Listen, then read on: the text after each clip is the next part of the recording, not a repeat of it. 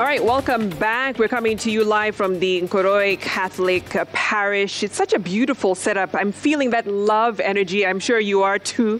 Benjamin Zulu is joining me on the panel. And let me quickly introduce the two couples to my right. We have Cialo and Rafael. They've been married for 8 years, and they'll be talking through their experiences, some of the challenges that they've gone through as well. And to my left, Yusuf and Alice, who've been married for 14 years. I want to kind of start because I remember I came across an article and the title was "The Chaos That Is Kenya's Dating Scene." And it talked about a lot of things, from convenience partnerships to multiple lovers. No one was being faithful to each other. And let's be honest, that isn't very different from what we're experiencing today. And before I come to the couples, let me start with you, Benjamin. You know, if you were to diagnose the state of love in Kenya, what would you say? Yeah, we have moved from making sense to making sense money.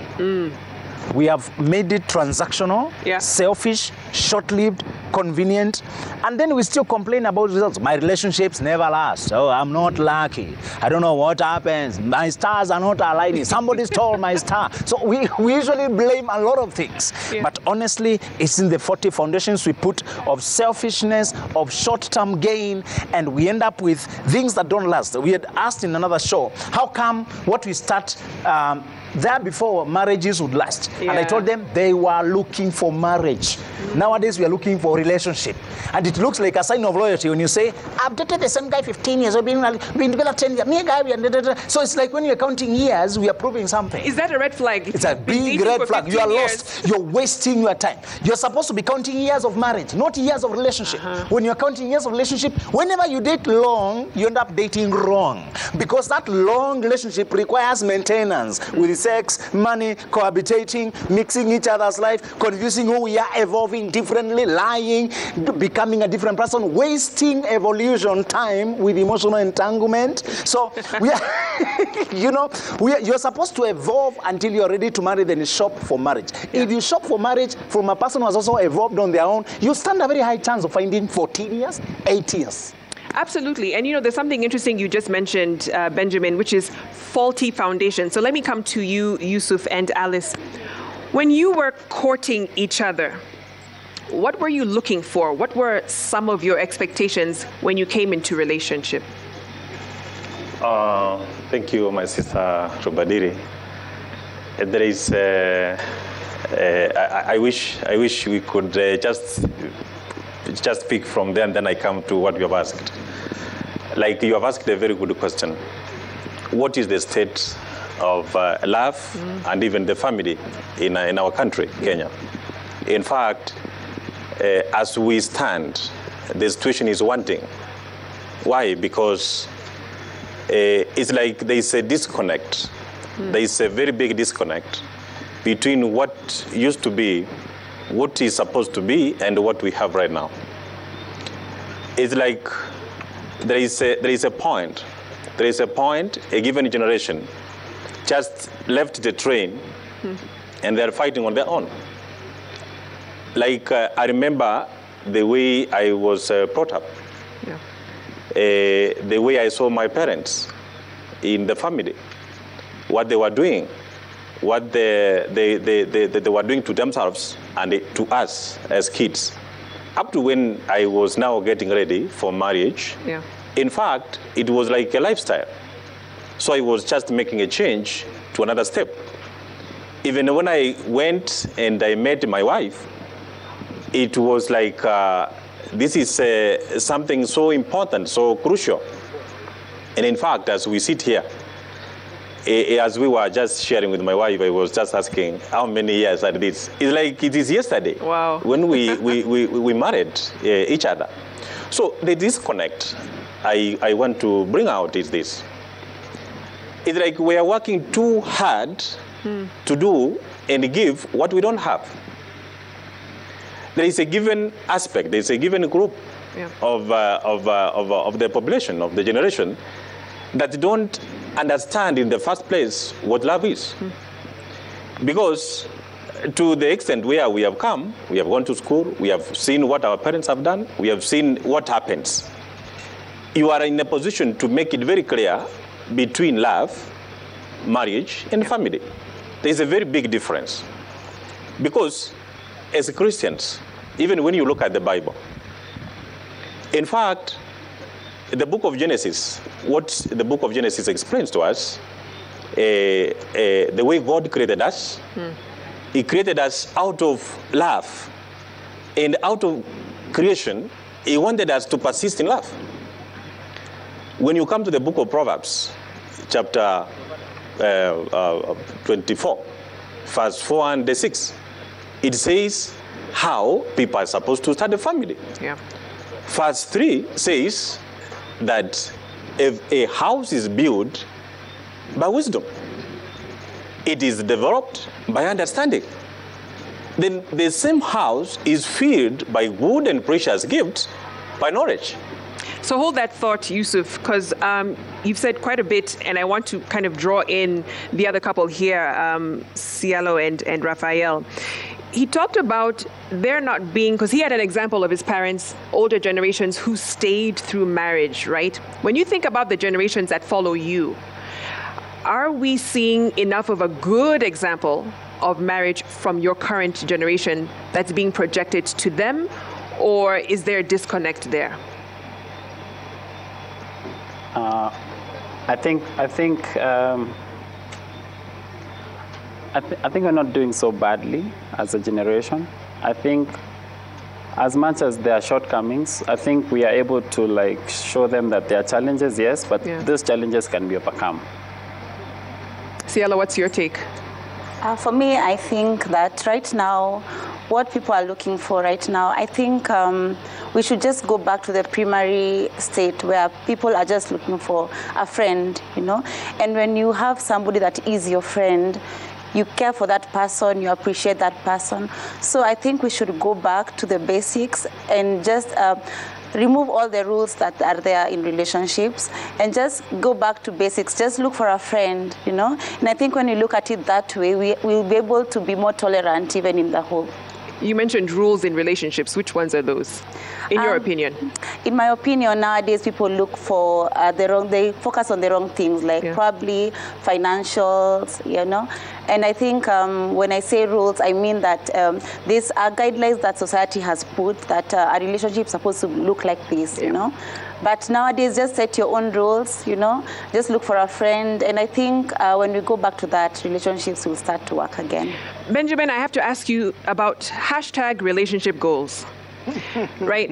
Because that's something that people aspire to on social media. It has completely messed our image and idea of relationship, of marriage, because people portray a very perfect picture.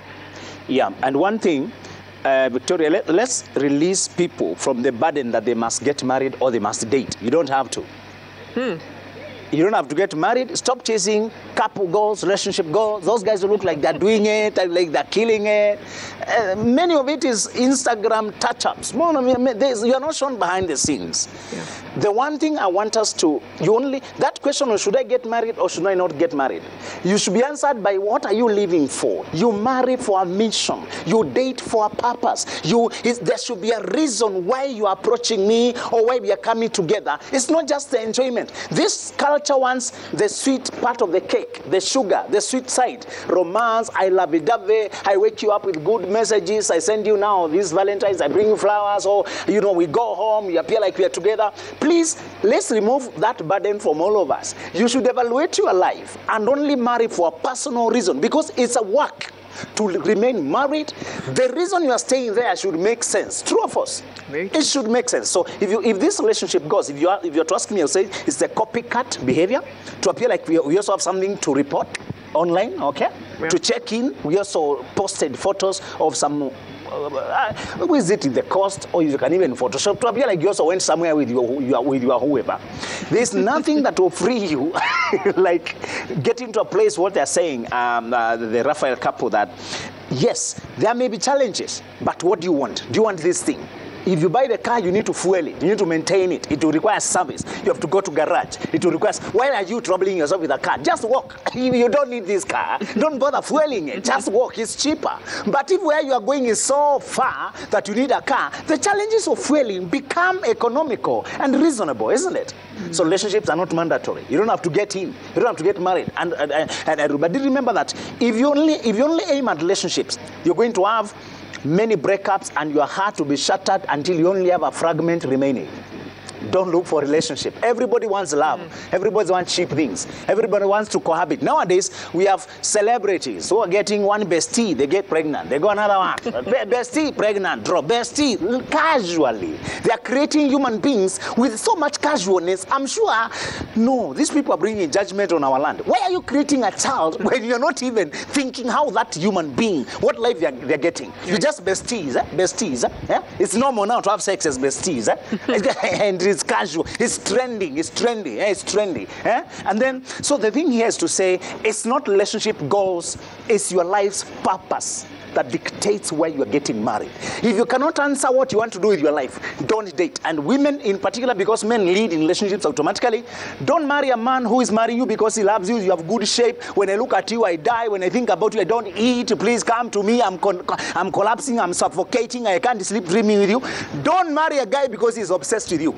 Marry him, because obsession leads to possession. Well, if he's obsessed with you and he marries you, he will tie you as an object, because you're an object for him to scratch his emptiness. He's just obsessed with you because he has no purpose. Marry a man who says, yes, I love you, but I have a goal. I want us to journey this way. Evaluate the journey. Does it meet, does his dream marry with yours? What he wants to do with life doesn't marry with what you want to do with your life. That's the only safe man. The only safe man is a man on a mission. And the only safe woman is a woman who's prepared to deputize with the heavy lifting. Lifting of babies, you want babies. Building a home, fighting difficult in-laws, exes, money, all those kind of problems. Only a prepared wife. She becomes wife before you meet her. Not a girl, not college kids, not these stranded women who have no money. They want somebody to adopt their children and pay fees for them. Don't rescue a woman. Marry a woman who is prepared to be a wife. Yes. I'm seeing a lot of reaction in the crowd. Disclaimer, we're coming to you. So if we can have the mics going. But before we do that, I want to hear from Alice Yusuf as well. When it comes to just the reality of relationship and why people should be connecting, he mentioned something really important, which is the purpose. What's the purpose of two people coming together, right? You should think that it would be values. It would be common goals, right? But that doesn't seem to be the case now. And I really want to hear from you too in terms of the right way to do it. Wow. Maybe let me comment, then my wife can do something. The right way of getting into marriage is what Ravira said. First, you must understand the purpose. And we cannot expect people to understand what they don't know. One, we must get back to the roots. Where are the parents? What did they do? Because all of us, we are the students from our families. Because the family is the foundation, is the foundation of the society.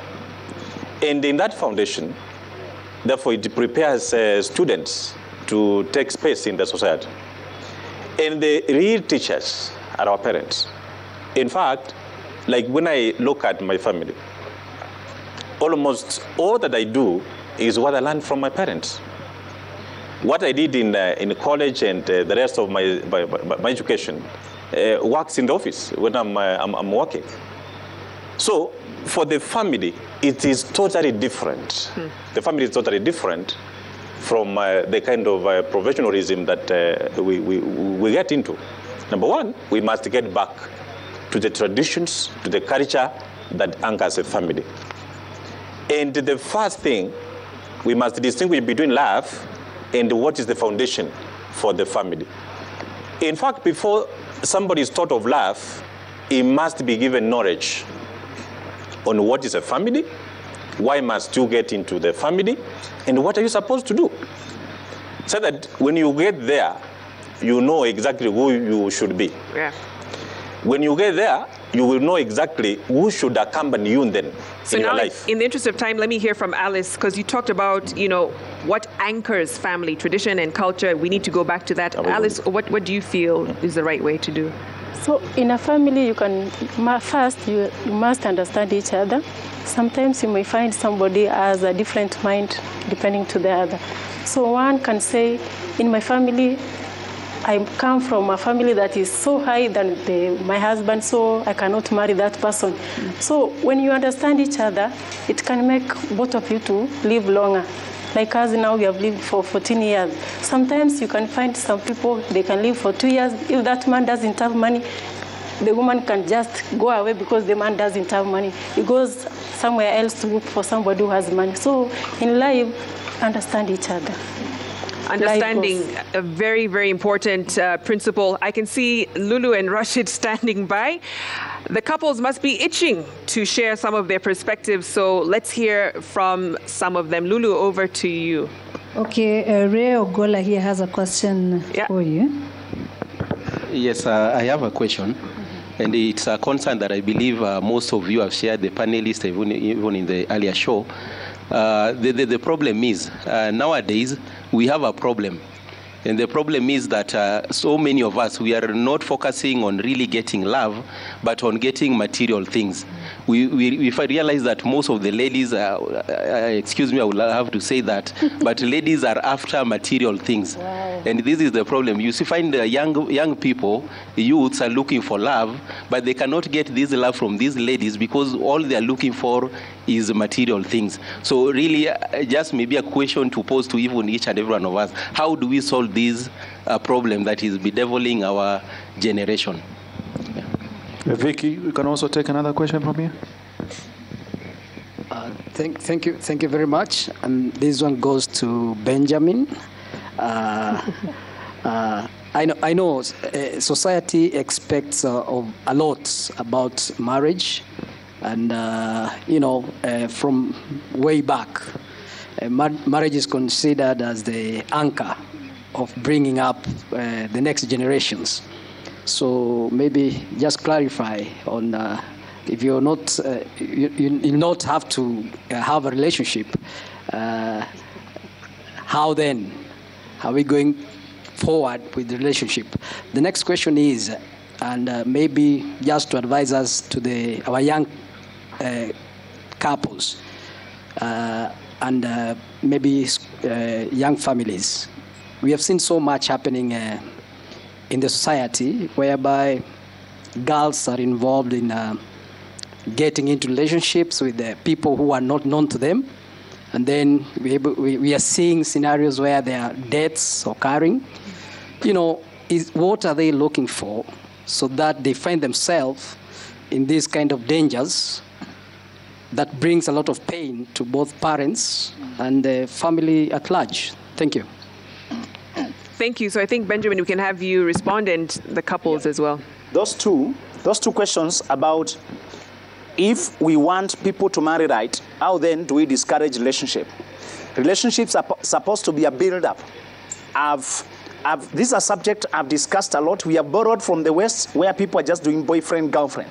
And I told African young people, university, pre-25, before you're 25 in particular, they're very vulnerable to that. I told them, if the Mzungu gets left by the girlfriend, boyfriend, they get heartbreak, not stomach break.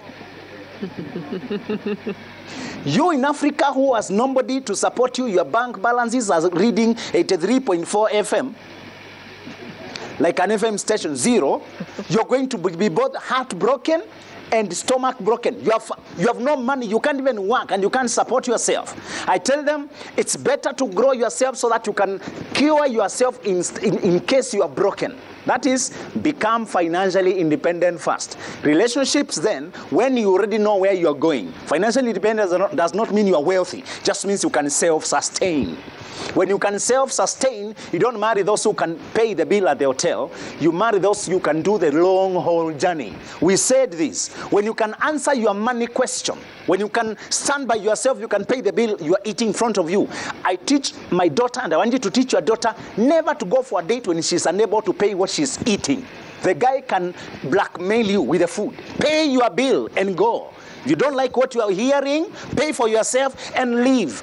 Money is a shield. The Bible says that. So the dating is supposed to be interacting, not sleeping together, learning who this person, who they are, what they live for. When you find what matches you, then you get married in a process called ABCD. We familiarize with each other, we court, we engage, we get married, then we can have sex and babies after marrying officially.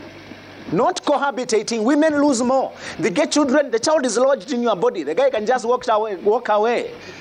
Ask them, and men, genuine men also hurt a lot because he can't turn his back on his child, and he got it with a Betty the rattlesnake, for example. A very crazy woman who does not allow you to have an easy way. So we are just saying dating is supposed to be when you're prepared with your life and when you know where you're going. The second question, what are they looking for when they go to lock themselves in rooms with the killers, murderers? This is the answer, my brother. We are living in bad times with a lot of apology and sorry to families who had to deal with that. We all feel it in our nervous system. But if we don't warn our daughters, more cases will come. True or false? If we do not speak it, it will continue happening. In fact, if you follow me on Facebook, I keep almost every day I tell you, you are the next case. If you don't stop this nonsense, you are the next case. Because they are eating money from wazungus, free. So he sends money at some point, he wants to come, you feel an obligation to return hand by taking your samosa to him. And I ask them a common sense question. Somebody to board an airplane from Australia to come for your samosa, how special are you? All the way from Australia, thousands of miles. Are you the queen of Kenya? Who are you anyway?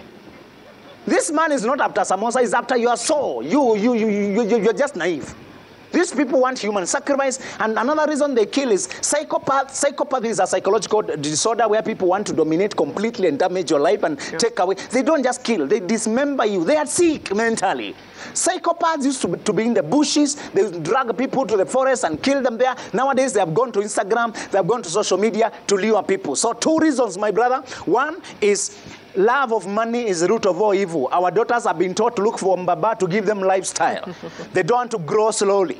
So they think being given money is a legitimate method, when it is not. It's a trap. There is no free food at the end of the fish hook. The fish thinks it has been brought food when actually it is the food. Let's teach our daughters that. There's nothing like free lunch.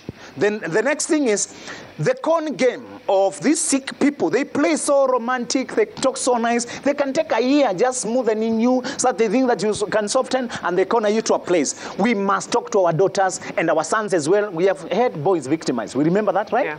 It's not just daughters. Boys have been as well. We have lost sons. Talk to them daily. Not to sustain secret conversations with strangers. Become a friend to your child. Vicky, if you're a friend to your child and they can trust you with something they're not sure about, you can save their life many times. But many times you're busy with work. So now be friend with your child so they can tell you what is happening in the private chamber. You mentioned a very important point when it comes to discernment, and that's for the young people. I want to talk about a demographic of, this is more so women who are in the dating space. These are women who are on the 3rd and 4th floor, 30s, 40s. They are looking for marriage. That's true. You wouldn't necessarily find them in the scenarios of, unfortunately, these young women who are in a very treacherous, dangerous situation. Correct. But what you hear a lot of these women say is, the pool of eligible men is shrinking. It's shrinking, yeah. Which is creating another life crisis on its own. No, Vicky, it's not shrinking. It's those women who are shrinking themselves. I tell you the truth. Corporate women of today who have a job are so harsh. They're just rough and masculine. They have become man-like. They're no longer girly. You talk to her, it's like you're talking to a hybrid car. It's both a man and a woman. She's just full of herself, dominates conversation, never keeps quiet, does not listen. She's not soft. She talks corporate language. You know, Vicky, the way we are talking here? Yeah. Now I'm calling you and trying to date you. Yeah, good morning. This is Vicky. How can I help you? And I'm trying to date you. I can't date you when you're talking like that. But they've been battle-hardened by heartbreak. You know, that's the reason why they're so tough. Yes, and it's a vicious cycle. Yeah. Because the George hurt you, you can't open to Benjamin. And because Benjamin hurt you, you can't listen to John. You will never end up with anyone. If you're dating midlife, it's technical. Listen, you must learn how to be a girl who I can spoil. Stop. We are walking to the door and you're walking front of me. You're pulling the chair, you're talking to the waiter, you're complaining about this one, you're doing everything, dominating. Now, how can I marry this boss lady? And you're even calling yourself high voltage women, boss lady. You are very toxic. Listen, you need to learn the princess role. You don't stop being a strong woman when you're at work, when you're managing your businesses. Be the queen there, territorial, have your things. Proverbs that one, you can order things, you have workers, merchant ships at sea. But when we come together, you go back to Song of Songs, where you are the girl I can sing songs to. Yeah. And you can take it in. Don't dress like me. Don't compete with me. Don't raise your voice. Don't be all over. But Benjamin, be a lady. To counter that, because I talk to a lot of those women, yes, right, who are considered quote-unquote boss women, and they will tell you, I don't want to be in my masculine, but there are very few men that allow me to rest in my feminine. Right? So until she meets that man that gives her the freedom never meet her. To let down the armor, what is she supposed to do? It will never happen. You see, the Bible says whoever finds a wife finds a good thing. I find you being wife. You don't change wife when I don't change you. You become first. Okay, and we're not saying you submit to every man. There's no verse that says women submit to men. No, it's wife to submit to husband. When in the safe context of a relationship. So Vicky, this is a solution. I really like midlife women, although they have a lot of ego, an ego that is the size of an elephant. You can't talk and she keeps quiet. She must revert back with a long text, 70 pages for you to read. And she's just fighting back because you told her the word submission. If you mention submission in those circles, they'll kick you out. Let me hear from some of the women in the audience on this. Are you finding this new breed of women are their own worst enemies when it comes to finding love and relationship? We get the mic going around. Anyone who has a take on that?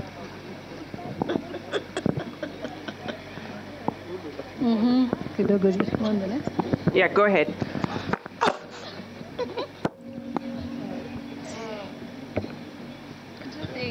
Vicky, kindly ask again. Are you finding this new breed of women are their own worst enemies when it comes to finding love? And if so, what is the remedy? How do we fix it? Okay, hi. Hi. My name is Vinley. Maybe personally, I think some men nowadays unapata wengi wao wanapenda like kuwekwa na Ben 10 whatever. You can't submit to a man who doesn't have a vision. You can't submit to a man who doesn't have ambition. Lazima pia yuko na mwelekeo kidogo kwa maisha. Si ati amekaa tu chini anangoja mumama or somewhere, you know. Lazima akuwe na kamwelekeo fulani. At least we are heading somewhere. Si ati tunakaa tu hapo story za jaba. Yes. No, can I return a question to that person?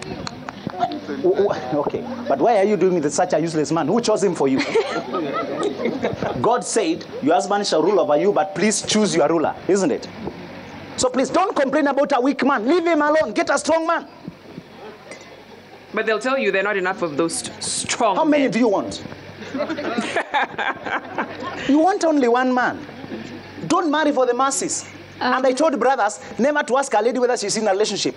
Just present your case. As long as she's not married, she's available. Okay, we have another comment in the... Hi. Hi. My name is Brazil.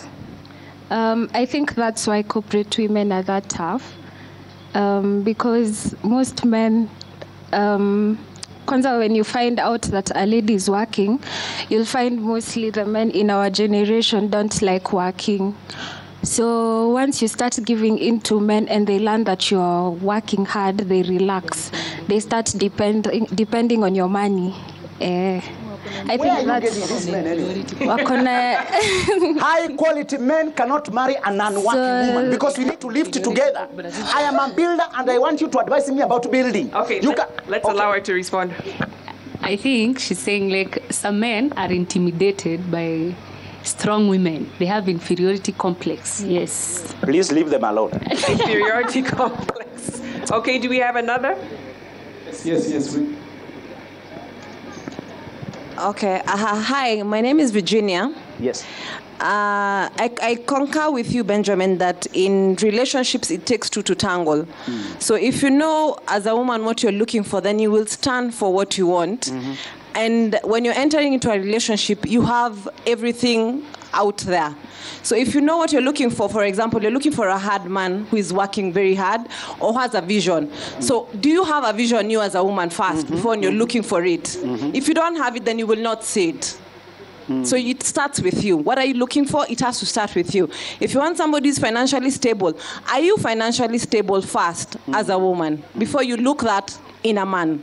So it starts with you first. If you don't have that, then you can't expect somebody else to give you what you don't have. Okay. That deserves some applause. Do we have another one before we come to our panel here? Why are they clapping for that comment, Vicky? Some people really resonated with that, Rashid. Do we have another? Okay, so let me come back to my panel here, Cialo and Raphael, because, you're hearing about just a lot of the dysfunction in the dating market. And I want to hear from you in terms of discernment that you used as a woman when interacting with Raphael and deciding, yeah, this guy he has a plan, he has a mission, this is something that I can partner with him on. Okay, to answer your question, Vicky, I think at the end of the day, as I said, when you're looking for love or a relationship, first of all, you have to just go back to basics. Do you understand each other with this person? Do I love this person just as a person? Because when you love somebody and you appreciate them, even in a relationship, you find yourself being kind to that person. You find yourself taking care of that person naturally. It comes so naturally. So we just have to strip down and just come back to the basics of just finding somebody who you can resonate with, who you can love at the end of the day. And challenges are there. There are so many challenges, especially the more you get to stay with somebody, the more challenges you get. But how are you working through these challenges? You can decide to be hyper, you can decide to argue it, but you can also decide to just be mature about it and just be loving, even in the arguments. Let's be real, because I heard someone put it this way. The closer you get to someone, the more you get to know them. The more you get to know them, the more you have to forgive. Yes. Right? So let's be really real and candid about what love actually looks like, because it's a lot of grace, it's a lot of sacrifice. And people, to be honest, are not willing to put that forward. So, for you, Raphael, what are some of the lessons that you have learned in marriage? I think, Vicky, I came to realize you have to be very intentional about whatever you're doing. So regardless of whether you are having an argument, you have to be very intentional in, the argument won't resolve itself. There is no magic like this that gets an argument resolved. It is intentional work that is able to, it's the same way you are so intentional about finding your spouse. There's a lot of intent. There's a lot of wanting to do something in order to achieve a certain objective, of which in this particular case is to get a spouse. So can you, also in an argument, there should be a level of intent to want to get out of that state. Let me come to Yusuf and Alice, because you're finding in a lot of relationships now, there isn't that aspect of long suffering, which happens to be a fruit of the Spirit, right? People don't want to go the long haul. They give up too easy, too soon. You've done it 14 years. What advice do you have for other couples out there? Number one is what you have asked, that what is the nature of love? What is this that is love? How do we love? Number one, if I can just borrow from what John Paul II said in his many writings and teachings, he has explained that love is not a feeling. Love is not something placed somewhere, but it is a natural decision that is embodied in judgment, where somebody decides to embrace somebody's life and remain there wishing good to that person or true. It is out of that, I want to put it in the simplest language. Yeah. It is in that you come to realize that the nature of love is everlasting. Therefore, when you come to stand in somebody's life and make a decision and judgment that throughout I will do everything so as good to prevail in somebody's life without expecting anything in return. That's why we say that love, one characteristic of love is care. To care means to foresee somebody's needs and work to provide all those needs before that person demands for them and without you expecting anything in return. Yeah. That's why in life you only manage to love one person. In our case, it also so happens, I don't know, it also happens that when we came to meet with my wife, I had made a decision to come from the seminary. Initially, I was training as a priest in the Roman Catholic Church. And then later, I made a decision to come out. So when I came, I also found my wife working to come to the convent. So then we met on the way. Yeah, so we did courtship with my wife for 2 years. And during that time, in fact, I don't imagine at any given point, telling my wife to come to a given town and we have something. That is, we sleep together before marriage.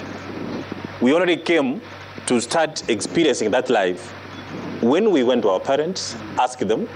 Then they helped us to go through the process of marriage. Yeah. We negotiated with the two families. We paid dowry. Then we came back to the house. We were ushered. Then we started life. One thing I will say is just four things. Number one, the kind of life we see in the name of love and marriage, the kind of quarrels, the kind of fights in our families. Yeah. It is not that this is a step of progress. It's not that we are progressing to that. It is just a symptom. Just a symptom that there is something that is not working. There is somewhere we have a problem which has not been attended to.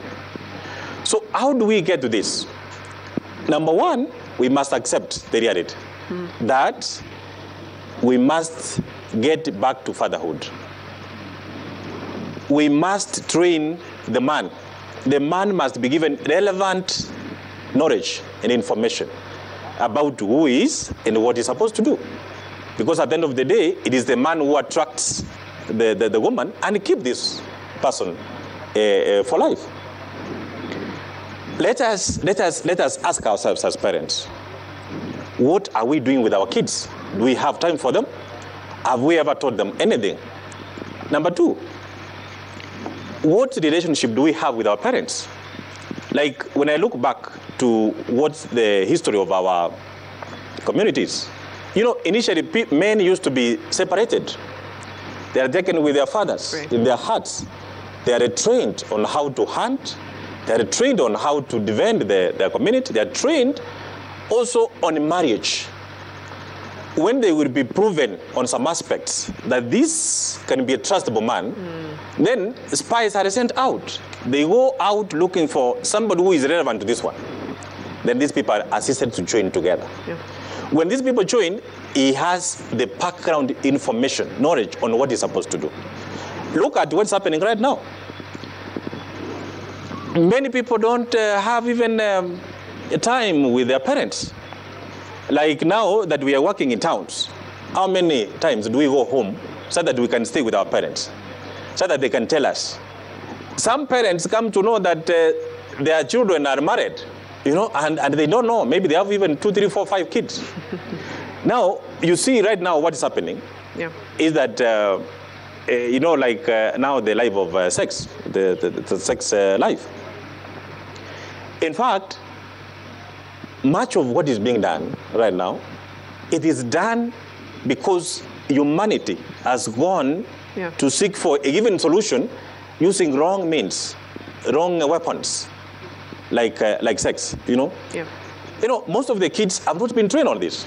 Right now, people are moving out using sex as business.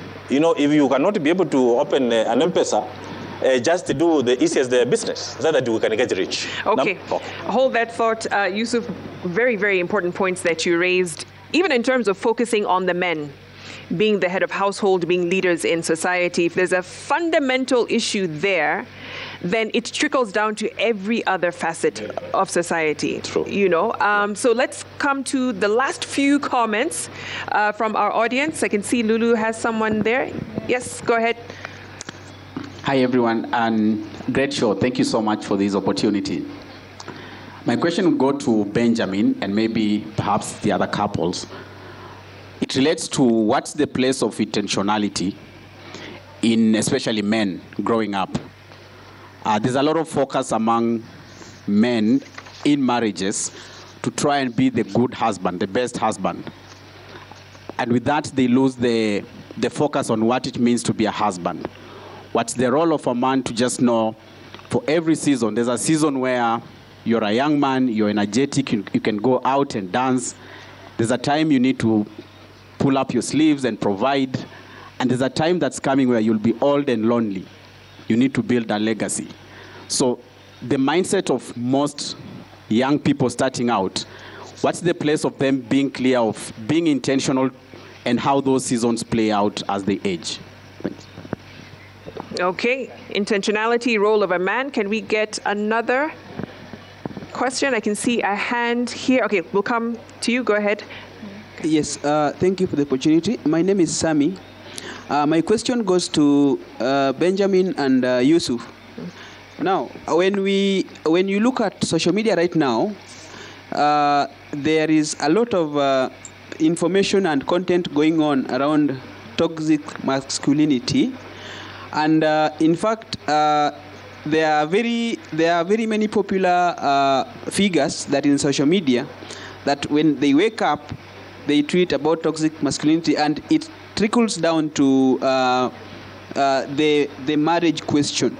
Now, when you look at, let's say, an account like Amerix, for example, very many young men are following Amerix and the likes when it comes to advice about men being masculine in marriage and, in fact, looking for partners. Now, where does it come in? Especially when we are now dealing with the youngest generation right now that is getting into the family and marriage scenario. How do we connect it with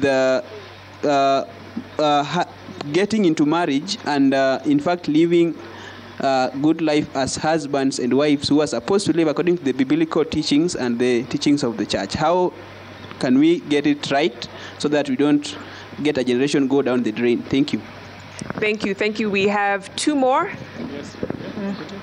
Hello, everyone. Thank you so much for this opportunity. Glad to be here. So, as parents, as sisters, mothers, fathers, grandparents to the boy child, I feel we have forgotten to take care of the boy child. That's why we are here really on their point, saying that they fear approaching empowered women. So I just urge all of us to empower the boy child from a young age to make them regain their position in the society and be able to approach any woman regardless of what they've already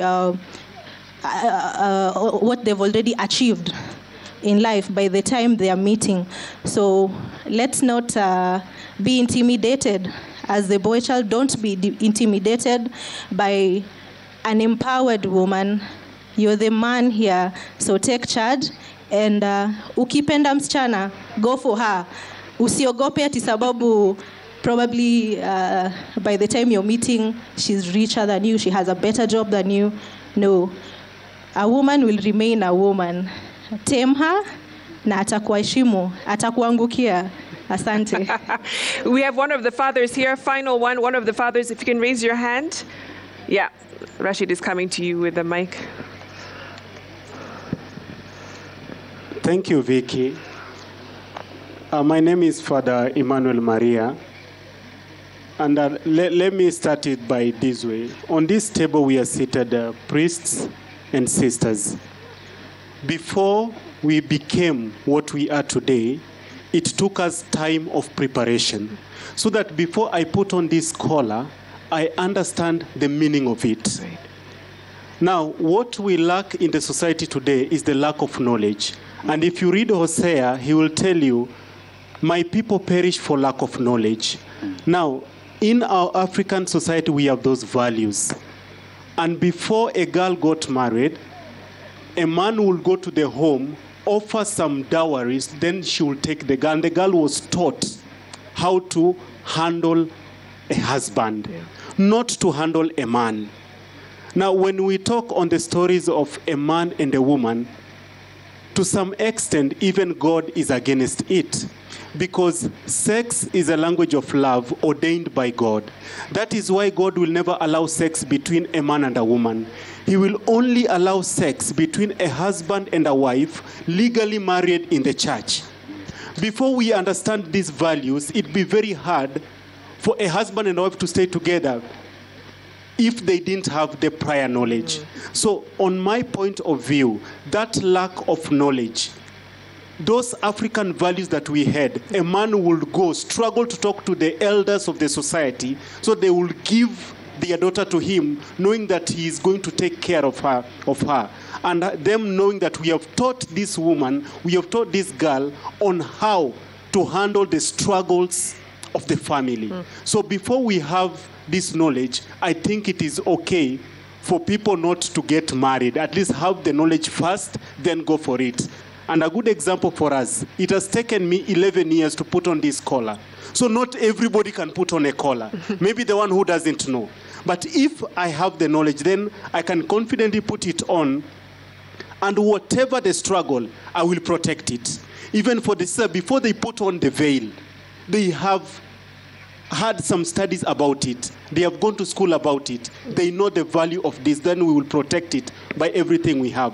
So that lack of knowledge that young people have is what is causing a lot of trouble in marriage today. Thank you. Thank you. Thank you so much. Fantastic submission there, Father Emmanuel. Let's come to, as we wrap up, responses from Benjamin and Yusuf, a lot around men.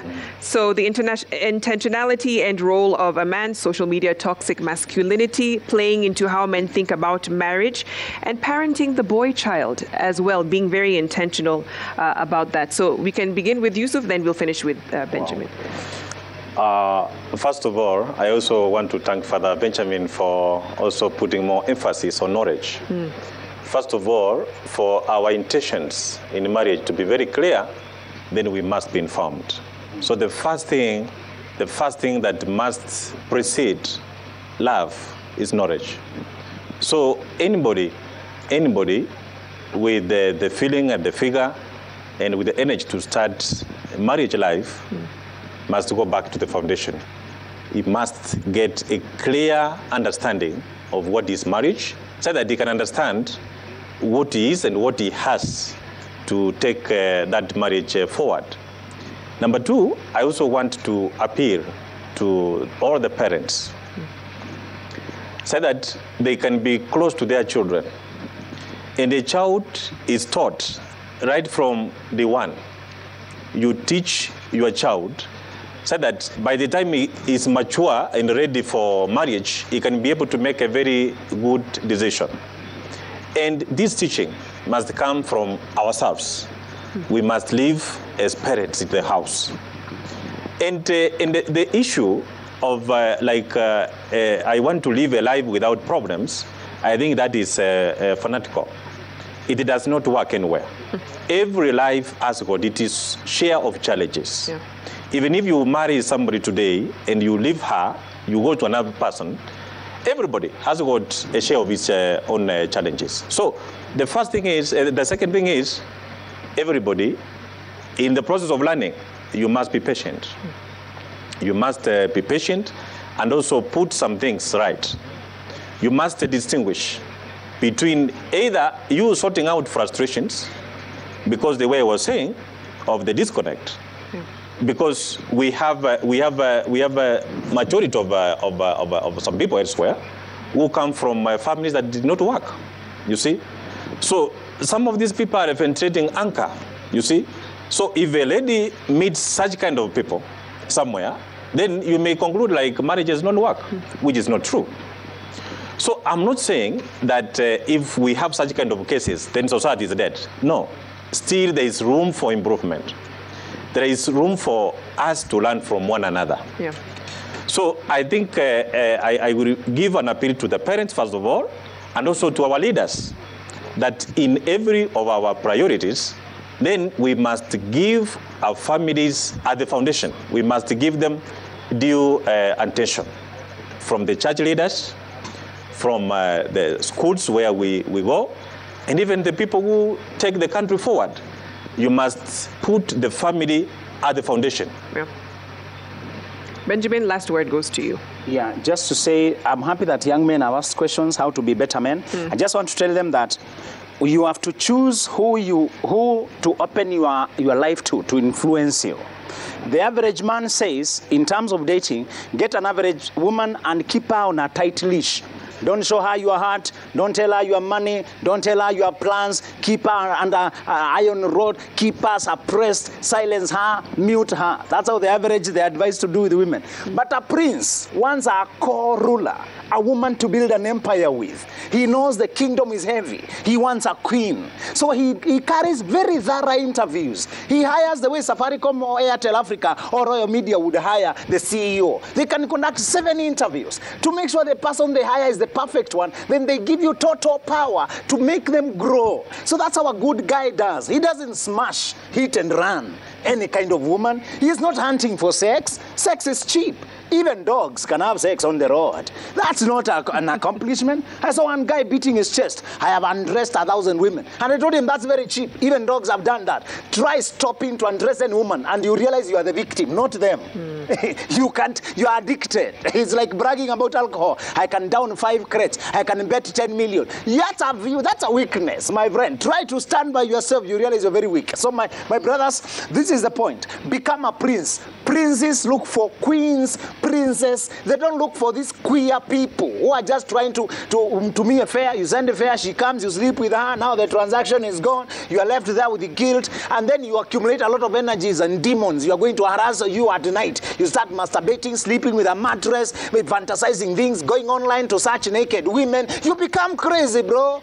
The thing is this: control your feelings, tame yourself. One challenge my mentor has told me is it was very difficult, but he told us to be virgins until marriage. Men should be virgins. He told us that. Many of you have been nyongaing the monkey. You know kunyonga monkey, and you have dirtified yourself. Those funny things. He told us, clean up your life, control your mind. Sex is more mental. The other thing is a gear lever. This is the real engine, okay? If you don't fantasize, if you're not watching women shaking what their mother gave them on TikTok, if you don't watch those funny things, your feelings will be in control. Don't worry about who is teaching what on what corner. Decide to be a prince, to be royal in your own fashion, and to marry a queen, build an empire, live a happy life, be there for your children, be there for your daughters, and be the proof that sober men still exist. Be the proof that sober men still exist. Can I get one round of applause for my panelists, Yusuf, Alice, Benjamin, Soila, and of course, Raphael. Thank you so much. Cialo, I beg your pardon. Thank you so much for your insights, and the audience as well. The irony, though, I was listening to Father Emmanuel when he said, I've been through years of gaining knowledge to earn this collar. But what's interesting is marriage is the one institution in the world where you get the certificate before you begin. The rest you have to figure out. But hopefully we draw some inspiration and hope from the 2 couples here and the couples in the audience that true love exists. And if you fight for it, you too can have it. Thank you so much for keeping us company up until this point. My name is Victoria Rubadiri. This has been Citizen Weekend. Our sign language interpreter tonight has been Stanley Kinyanjui. One Love is up next. Good night.